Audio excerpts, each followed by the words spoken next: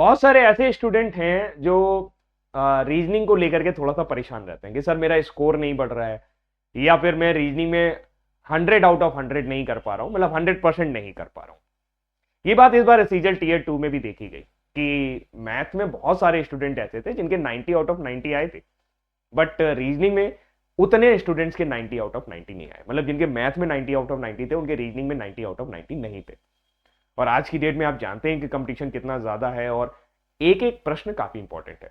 तो एक छोटी सी सलाह मैं आप सभी को देना चाहूंगा, भले ही आपकी रीजनिंग कितनी भी अच्छी हो या फिर आपकी रीजनिंग कितनी भी खराब हो, अगर आपकी रीजनिंग खराब है यानी आप रीजनिंग नहीं कर पा रहे हैं, रीजनिंग के प्रश्नों में आपको दिक्कत होती है, एक्चुअल में reasoning is not a subject, ये सब्जेक्ट नहीं है। हाँ, कुछ तरीके आप सीख सकते हैं, कुछ चीजों में आप अच्छा कर सकते हैं, और वो तरीके अगर आपको पता चल जाएंगे तो आप बेहतर कर पाएंगे, कम समय में क्वेश्चंस को कर पाएंगे।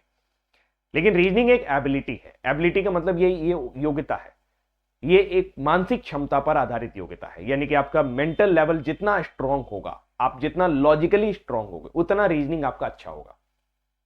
तो कभी कभी कुछ ईश्वर प्रदत्त होता है, मतलब कि कुछ लोगों को भगवान द्वारा ऐसी चीजें मिलती हैं कि वो अच्छा फिजिकल स्ट्रेंथ रखते हैं, कुछ लोग अच्छा मेंटल स्ट्रेंथ रखते हैं। तो अगर ऐसी स्थिति है तो फिर आपको घबराने की जरूरत नहीं है। लेकिन अगर आपको लगता है कि आप एक नॉर्मल स्टूडेंट है, मेरे जैसे हैं, तो आपको थोड़ा सा काम करना चाहिए। काम करने का तरीका यह है कि लोग सोचते हैं कि सर मैं रीडिंग का सिलेबस तो मैंने पूरा पढ़ लिया है, एक एक चीज जो है वो पूरी पढ़ ली है, फिर भी मेरे नंबर नहीं बढ़ रहे। एक्चुअल में रीडिंग में अगर आपको मार्क्स बढ़ाने हैं तो एक चीज आपको हमेशा करनी चाहिए, और वो है प्रैक्टिस। आपका डेली का जो भी रूटीन है उसमें कम से कम 30 से 45 मिनट जरूर रीजनिंग के लिए निकालें और उस पर काम करें। हो सकता है कि आप नंबर ऑफ क्वेश्चन जो आप कर रहे हैं वो आपको आते हो, लेकिन उसको कंटिन्यू रखें। जिस प्रकार अगर आप रोज 100 मीटर या 150 मीटर या जो भी आप दौड़ना चाहते हैं, 1000 मीटर मान लीजिए आप दौड़ना चाहते हैं, और रोज आप नहीं दौड़ रहे हैं, तो दौड़ना या रन करना कोई बहुत बड़ी बात नहीं है। लेकिन अगर मैं आपसे बोलूं कि नहीं यार दौड़ जाओ 1000 मीटर या 1 किलोमीटर दौड़ जाओ लगातार, तो आप क्या, मैं भी नहीं दौड़ पाऊंगा।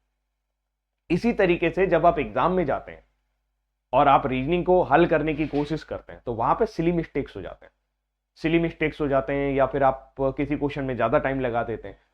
तो अगर आप इन सब छोटी छोटी चीजों से बचना चाहते हैं और आप अच्छा परफॉर्म करना चाहते हैं, तो रीजनिंग को थोड़ा सा सीरियस लें। ज्यादा सीरियस लेने की जरूरत नहीं है, लेकिन 30 से 45 मिनट रोज प्रैक्टिस करें। रोज प्रैक्टिस आप कहीं से भी कर सकते हैं, आप पीवाईक्यू लगा सकते हैं, आप रीजनिंग के बैचेस आते हैं वो ज्वाइन कर सकते हैं, आप किसी भी तरीके से करें, लेकिन थोड़ा सा टच रखें। मैं देखता हूं कि लोग मैथ में, इंग्लिश में और जीएस में इतना बिजी हो जाते हैं कि रीजनिंग को बिल्कुल छोड़ देते हैं, और उसका परिणाम ये होता है कि एग्जाम पॉइंट ऑफ व्यू से या एग्जाम के दौरान कहीं ना कहीं छोटी सी गलती हो जाती है। तो मेरी ये छोटी सी सलाह मानिए, और आज से लेकर जब तक आपका एग्जाम नहीं हो जाता है, रोज रीजनिंग के साथ काम करिए।